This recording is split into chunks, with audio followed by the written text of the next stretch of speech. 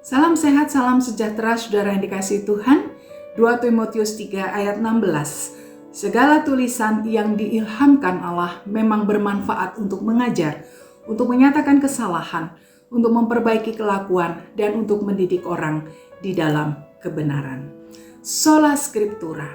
Sebagai anak-anak Tuhan, sebagai orang percaya, sebagai kaum Injili, kita dipanggil untuk selalu semangat menaruh Alkitab sebagai otoritas tertinggi yang mendidik kita untuk menjadi berkat bagi banyak orang di tengah dunia yang gelap ini.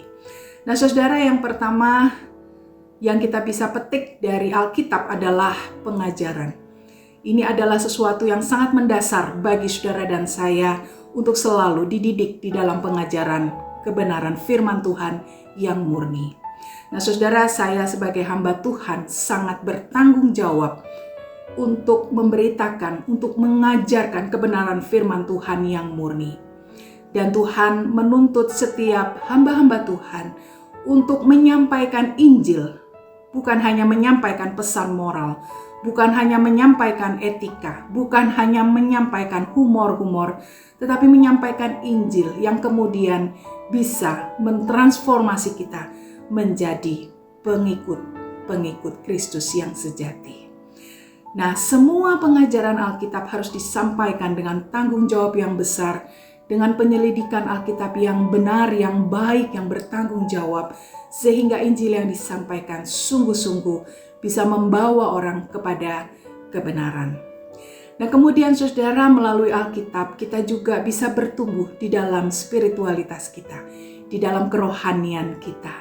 Karena Injil yang benar, Injil yang memancarkan cahaya kemuliaan Kristus, itulah Injil yang bisa membawa kita memiliki relasi yang baik dengan Tuhan. Melalui firman Tuhan yang kita baca, yang kita renungkan, itu akan membuat kita semakin menjadi pengikut Kristus yang sejati. Apakah kita setia di dalam pembacaan dan perenungan firman Tuhan? Nah, bukan hanya mendengar dan membaca, tetapi menjadi pelaku-pelaku firman Tuhan. Sehingga sungguh nama Tuhan dipermuliakan melalui kehidupan spiritualitas kita. Dan yang terakhir saudara, Alkitab adalah sumber etika bagi kita semua sebagai orang-orang yang hidup di tengah masyarakat. Saya ingat satu waktu ada seorang ibu bertanya kepada saya, bagaimana ibu mendidik anak-anak ibu?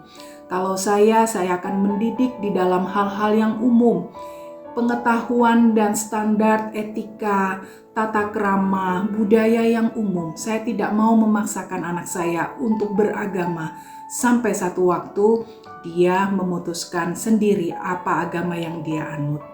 Lalu dia bertanya kepada saya, bagaimana dengan ibu? Lalu saya menjawab, ibu, karena saya tahu saya punya kebenaran, saya punya firman Tuhan, yang saya tahu ini adalah sesuatu yang paling indah, paling tinggi, paling mulia. Ini adalah firman Tuhan, dan saya pakai itu menjadi standar di dalam saya mendidik anak-anak saya.